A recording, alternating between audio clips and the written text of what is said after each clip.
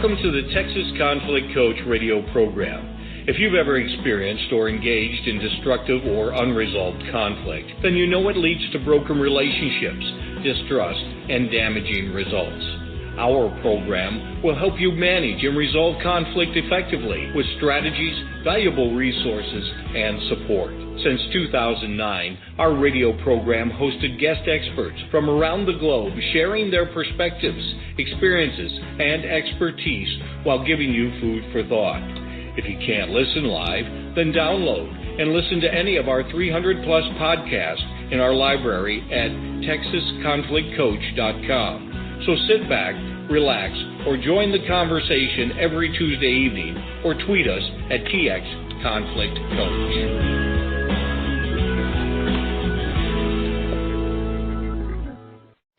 Well, hello. This is Zena Zunetta, your guest host for today's program. And today's program is on surviving holiday travel. The holidays are a wonderful time to be with family, but the stress of getting there can wreak havoc on an otherwise joyous occasion. Following my mottos of know where you go and plan and prepare, you can start the holidays off on the right path. Yvonne Harley shares her experience on dealing with TSA, managing the family, toting gifts, and even how to be a good house guest and host. Yvonne Harley is president and founder of Advantage International LLC and co-host of The Traveling Eye. She is an experienced traveler and travel specialist with over 20 years of industry experience. She travels at least one-third of the year, designing and escorting trips around the world, has a world of knowledge and ability to make it easily understood. Yvonne, along with Bonnie DeShang, created The Traveling Eye, a one-hour radio show that's all about travel. Well, welcome to the show, Yvonne. Well, thank you so much, Zena. Thank you for having me. It's my pleasure. Oh, it's so wonderful. And, we were just talking about the fact that the holidays are upon us. So can you start by talking about how to prepare for all the stresses of travel? Well, certainly, and I think that, as you said, preparing and planning for travel is how you reduce stress. And I also want to add that there are already reports out from AAA and Airlines for America that are saying that this holiday season is going to be busier than last year's holiday season and the year before. Actually, we haven't seen numbers like this since 2008. So consider 39 million may be hitting the road this holiday season, and more than 25 million will be flying. So those numbers alone will stress you out. They were just stressing me out. Well, certainly. And again, when you're prepared for something and you plan for it and you have an idea of what's going to happen before you go, then you approach it with a more lighthearted, it's much more of a lighthearted approach. And you can deal with whatever curveballs are thrown your way. And so let's say if you're hitting the road, for example, and 39 million people will be hitting the road this Thanksgiving season, so you definitely want to be prepared for it. Now, AAA is a great thing to have. I have it in my wallet because you want to make sure that if something happens, you have a go-to. The thing that you want to do as well is get that car maintenance. Before you hit the road, get your car checked out. Make sure it's road ready, because the last thing you want is the minute you hit the road, something happens. And now your stress level is off the chain. And that's a really good point, that actually looking at the car, having somebody look at the car, make sure that it's okay, is a really important thing to do, especially, I'm thinking, in the winter. Absolutely. This is the time of the year where the weather is unpredictable. I'm here in Chicago, and we had our first snowfall yesterday. So wow. You want to be prepared. Yeah, the season came in right away. The other thing is you want to have an emergency road kit in your car. You can have one in your trunk. You can get a list of things that you want to make sure that you have, like a spare tire, a jack. The car is manual. A lot of times we never even pay attention to it since the first time we got the car. Maybe your car is 10 years old or more. Do you still have that manual? And the Internet is a wonderful tool these days where you can look up old manuals. Right. But how do things work? How do things work? Because the last thing you want to be is helpless on the side of the road. You also want to make sure you have a flashlight and a flare, and these electronic flares work wonderfully, and a toolkit. A lot of times we don't think about having a toolkit in the car. These are things that I have in my car because we often, with my show, do road trips, so I want to make sure that I'm ready. You also want to have a first aid kit. And from the most minor thing to something that's a little bit more severe, you know, your Band-Aids. And there are some pharmacies that sell the first aid kits already packaged, or you can put together your own if you feel that there's some other things that you specifically like or want to have in there. And you want to have your cell phone. Make sure that you have your cell phone, that it's charged up, that you have your car charger with you, and for safety, make sure you have a hands-free headphone. If you're going to talk and you're driving, make sure you're not holding your cell phone in your hand, and no texting. Boy, you have made some really good points there. And you also want to have your GPS. Now, a lot of phones have GPS, but you don't want to just continuously use up your phone's battery, and the GPS is a little easier to hook into your cigarette lighter and ready to go. You also want to think about some things that if the car were to break down on the side of the road, as you mentioned earlier, it's winter time. You want to have a blanket in the trunk of your car or in your car with you to help keep you warm in the event that you're going to be there for an extended period of time. You want to have some water and some snacks. You know, even if you're not stranded on the side of the road, snacks are always a good thing to have when you're in the car. It keeps everybody happy, and it's less expensive than if you're having to stop along the way and get something to eat. You know, if your distance isn't that great and you just want a little snack between your origin and your destination. And the other thing that I'm happy to say this time is that gas prices are going down. And they say that they're going to continue to go down through the season. Right now, the nation's average, I think, is $3.25 a gallon, which is really good because there were times where we saw it well over $4.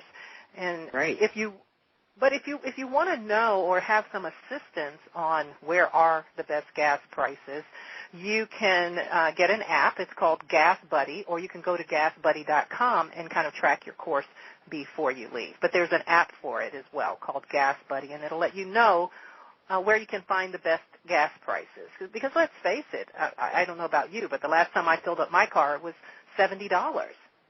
Wow. Wow.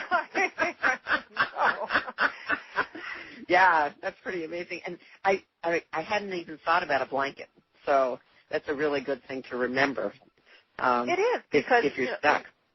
Absolutely, because it is the winter. And, you know, it's cold, and if your car is off, you don't have the heat from the car, so you just want to be prepared. And 9 times out of 10, those who are hitting the road are families, because when you have 3 or 4 or 5 people, it's a lot less expensive to hit the road than it is to fly for 4 or 5 people. And also, if you have AAA has an app as well. And I just find that they are excellent with roadside. And I've been a AAA member. I'm not trying to promote them in that sense. It's a sensible thing to have. And I have always really treasured the moments that I needed to use it. So you want to make sure that you have roadside assistance, whether it's with AAA or another source. But let's talk about the one that everyone gets stressed out over, and that is flying. Everyone gets stressed out over flying.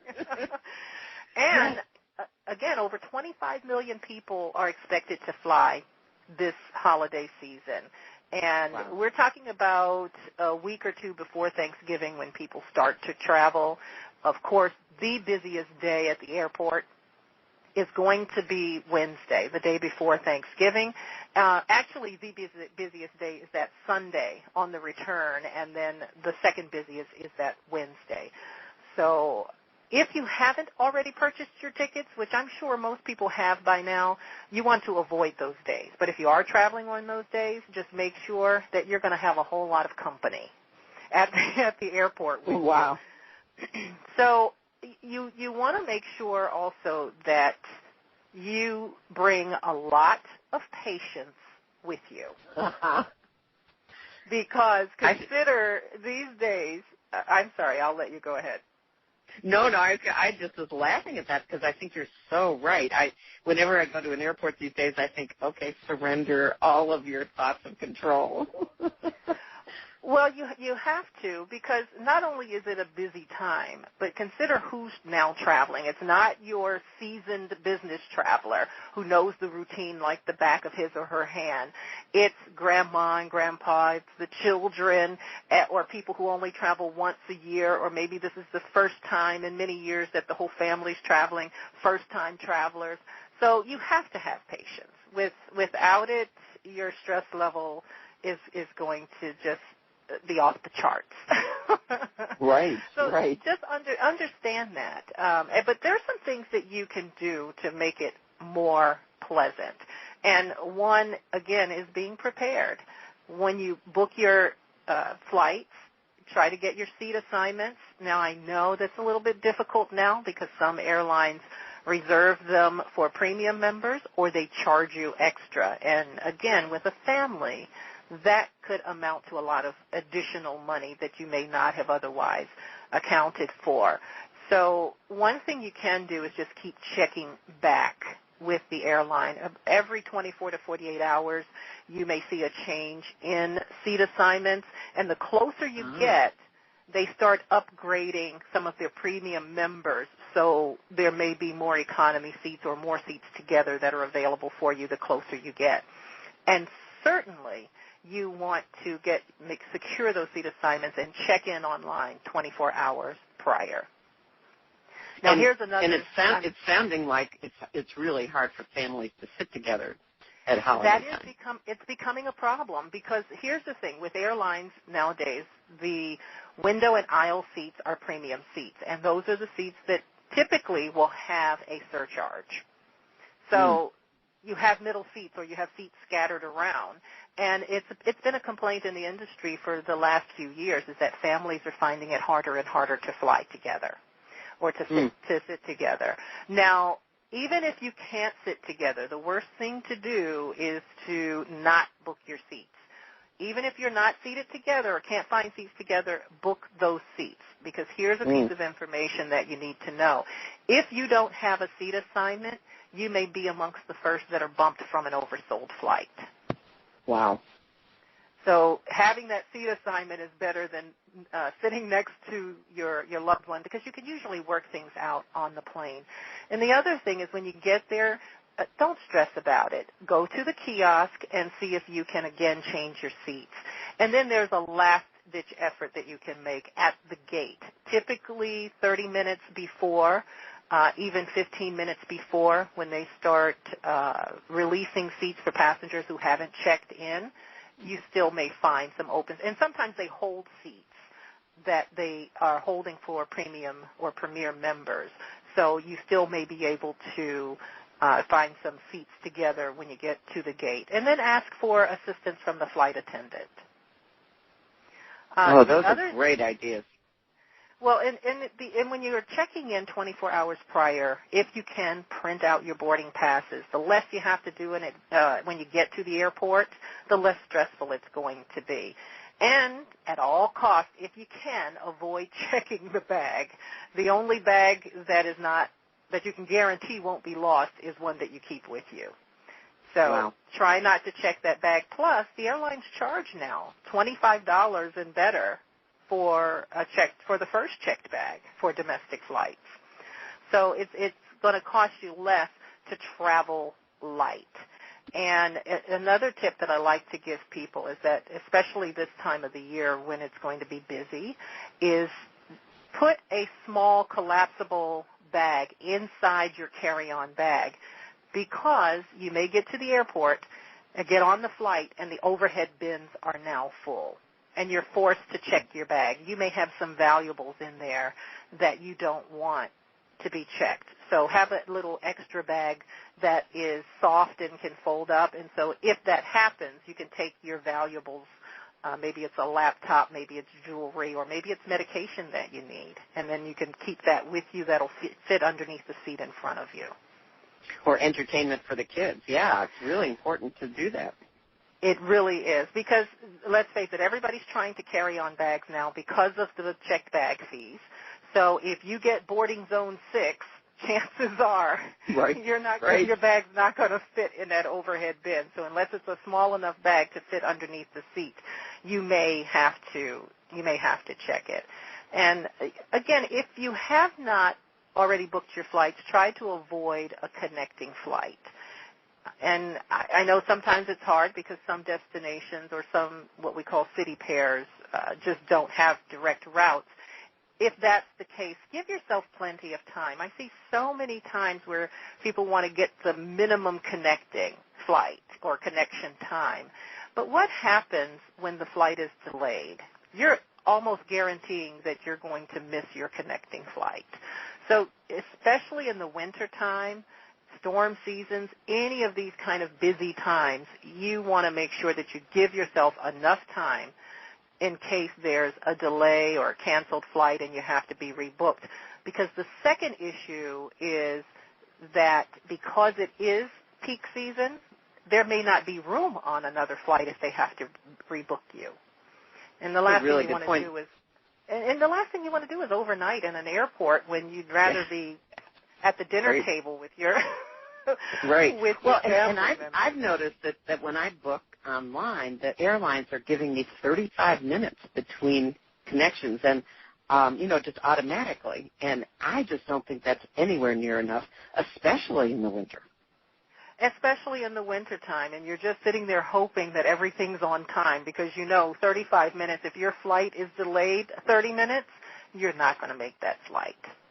So and then I'm anxious the whole time and even more stressed. Absolutely. So, the stressors can be reduced if you take care of these things.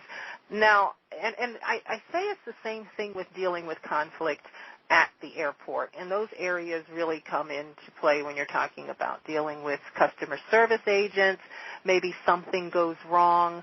Maybe your flight is delayed or canceled. How do you deal with it? And I always say you can get more, is it bees or flies, with honey than you can with vinegar. So understand that this is a customer service representative. They've been at the airport probably for many hours. They are dealing with situations that are out of their control, and they're just really passing on the information and dealing with it the best way that they can. And it's a busy time for them, too, so cut them a little slack. And I find that the nicer you are to them, the more they really want to help you out, versus if you're not nice with them, they just want to get rid of you. Yes, that's a really good point, because everybody's stressed, and they are just taking in all of that stress as well. They are, and I kind of feel sorry for them sometimes, so I always say things to make them laugh, or I empathize with them and sympathize with them and say, I know what you're dealing with, but, okay, I have an issue I need your assistance. Yeah, that's nice. And the other thing is, when this happens, if a flight is delayed or a flight is canceled, understand you're now dealing with 200 to 300 other people in that same situation possibly. So how do you handle that, and how do you get your issue resolved amongst everyone else? Your best bet is to get to customer service, and you're probably going to be in line. While you're in line, call the airline's toll-free number and get somebody on the phone. Sometimes I've had my issue resolved before my place came up in line, because I was on the phone with someone who is not necessarily in my area, because that's a toll-free number. They could be someplace else, and maybe they're not as bombarded as that customer service agent is at that particular airport. So, and I've even had the customer service people tell people in line, call while you're sitting in line. Call. Exactly. Yeah. And if you are a frequent flyer, go to the lounge if you have lounge access. A lot of times those are the best agents, and they can really get things done in the lounge. So if you have lounge access, go there for some customer service as well, and that could really help you out. Now, I know a lot of people feel like the most stress that they have is going through that TSA security line and then trying to figure out what they have to take off and what they have to put on and what they have to take out of their pockets. And do you have any tips for that? Absolutely. Dress for success. So you want to make sure that you dress for those moments. You want to be comfortable when you travel anyway. You don't want confining clothes. I find that yoga pants are great for ladies. Of course, with guys, just make sure you have on something comfortable. But also those shoes that slip on or slip off, you don't want to have to tie them, untie them, tie them back up. And I know it's the winter time, but unless you're going to spend a lot of time outdoors, try not to have on too many layers of things because you have to take all those things off. And you see somebody behind you tapping their foot because you're taking way too long. But the thing is if you know the routine, then again, you can prepare for it. Your laptop has to come out of its bag, so make sure it's easily accessible. The liquids rule is still in effect. We're hoping that may change someday, but the liquid rule, or just remember with TSA 311, 3-ounce liquids in one Ziploc clear bag, all in one carry-on bag. That's the rule of 311. So you cannot have one liquid container that's more than 3 ounces. So make sure you fall within those guidelines. And you'll find that it goes that much easier. And you have to take your shoes off. So the minute you get there, take out your bin, take your coat, your hat off, your shoes, put it in your bin, your purse, take the laptop out, and take your toiletry bag out, put it in one of the bins, and you're good to go. So, again, if you know what to do, you can go to TSA.gov, and you can get all of the restrictions, those things that are prohibited, and what you can expect at TSA. And I have found at some airports you have to take everything out of your pockets.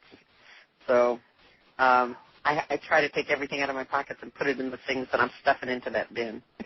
Well, certainly, if you have metal in your pockets, then if you have change or keys and things like that, anything that's metal, you want to make sure that you take out of your pockets. And again, if you make light of it, you make it a lot of fun, and you take the stress out of it. And that is, you're going to go through the body scanner. So, right. Just go ahead and do it. And if you'd rather not go through the body scanner, understand you're going to get a pat down. I call it the massage. So, and again, when you speak to the agents, and they're doing a job. They're not there to make your life miserable. They're there to do a job. So if you treat them with that respect, as if you were there doing your job, you would want people to treat you with respect. You find that they make it easier for you. You get back what you give. Very good points. Very good points. Well, going from one difficult situation to another, can we talk about children and traveling in the holidays, and knowing that you don't have your own children, but yet you have to deal with other people's children, and there are a lot of them running around? You do, and as you said, I don't have children, but one thing I've noticed, you can always tell the people in the room without children because we notice the children more than anybody else. That's funny. The parents or people with children, they tune them out. Well, we hear every noise, we hear every rolling car or whatever it is, but that's how you can always tell the person in the room with no children because we're always wondering, whose kids are these? Right, right. But what I have done is I've talked with some siblings who have small children, and I've gotten some advice from them. And one of the things that they say is you have to involve them, prepare them for TSA, let them know what to expect so that when they get there, the one thing children like is to be treated like adults. So if they know what's going on, they become a willing participant rather than somebody who's kicking and screaming through the process. The other thing is tell them how to behave or what proper behavior is at the airport and on the flight. And I don't mean to sound condescending or anything to any parents out there, but I have sometimes noticed that there are some where I don't think they've had these conversations, and it's not a free-for-all. I think you have to respect everybody's environment. So whether it's children, and I think, children can behave properly if they're told to behave properly. But that being said, you want to bring them entertainment. One thing that my sister-in-law says is you have to bring their entertainment with them. You have to keep them busy. Otherwise, they are looking for something to get into. Now, the other and they will. and they will, yes. And I do have to say that I have run into a lot of families where the children are very well behaved in airports and on planes. So you can tell the difference. But I have a nephew who has autism and ADD, and he has really changed me when it comes to encountering children in the public and at airports, because I used to have snap judgments, and I don't anymore, because now I realize that what I may perceive as bad behavior is a child with ADD or a child with autism. So unless I know that situation, I'm not going to judge it right off the bat. So it has changed me in that sense. And the thing with both ADD and autism, there's a wide spectrum. So in some there's a small behavioral difference, in some there's a greater. But my brother-in-law says, you have to know their triggers, and he keeps them engaged, and he tries to avoid those triggers. And I also have a friend who has an older child who's with autism. And he explained it to him by saying, it's like having 100 cable channels in your head that are constantly changing. And so imagine being in an environment in a busy airport and what that must be like to someone. Oh, wow, yes. Good. That's a really good analogy. It really is, and it's coming from a young person and a teenager explaining what's going on. So there are a lot of triggers. Things are busy, things are happening, and they're trying to digest and deal with this. And so the advice that I have is really more for people like me without children and without being in that situation on a daily basis, to have a little bit more understanding, because I think the last thing parents want to get those evil looks from people that are around them. And, again, it was a learning process for me as well. But, yeah, I thought that was a great analogy and a great tool to give those of us without children or without children with autism to understand what's going on. That's great. And let me remind everyone that you are listening to the Texas Conflict Coach Blog Talk Radio program, and we are talking with Javon Harley about surviving holiday travel. And we are actually nearing the end of the program, but I'm wondering if you could talk a little bit about how to be a good guest or a good host during the holidays. Absolutely. You can be both. The thing is that to be a good guest, it starts when you arrive. You want to make sure you know which airport is the closest if you're flying in. You don't want to arrive or depart at rush hour or weird times of the day. Travel light. Help out as much as you can, but ask, because sometimes you can just get in the way if they don't want you to really help. But and then surprise them one morning and go out early and pick up a basket of pastries and bring them back for breakfast. And to be a good host, I think you prepare ahead of time so that your guests don't feel like they're putting you out. So have their room available. I have what I call a convenience basket for my out-of-town guests, and I fill it with the towels and some bath products and toiletries, magazines, and some water so that they feel like they have their little space, kind of like a little hotel room. How lovely. Wow. Yeah, that's great. And I like the ideas also for how to assess how to help a host as well. Well, I'm wondering if you have any final message that you would like to leave with our listeners. Well, the final message is to recite the serenity prayer, which is grant me the serenity to accept the things I cannot change, the courage to change the things I can, and the wisdom to know the difference. That is just beautiful. Well, I want to mention that the web page and phone number for Javon are on our web page. She has an email address also, advntgint@aol.com. And thank you so much, Javon. This is just really, really helpful. It was my pleasure. Thank you so much for having me. Okay. Thank you for listening to the Texas Conflict Coach. We hope you've enjoyed the program. You can find over 300 podcasts archived to listen at your own convenience at texasconflictcoach.com or download the podcast at iTunes or Stitcher Radio. To learn about upcoming radio programs and resources, sign up for our monthly e-newsletter.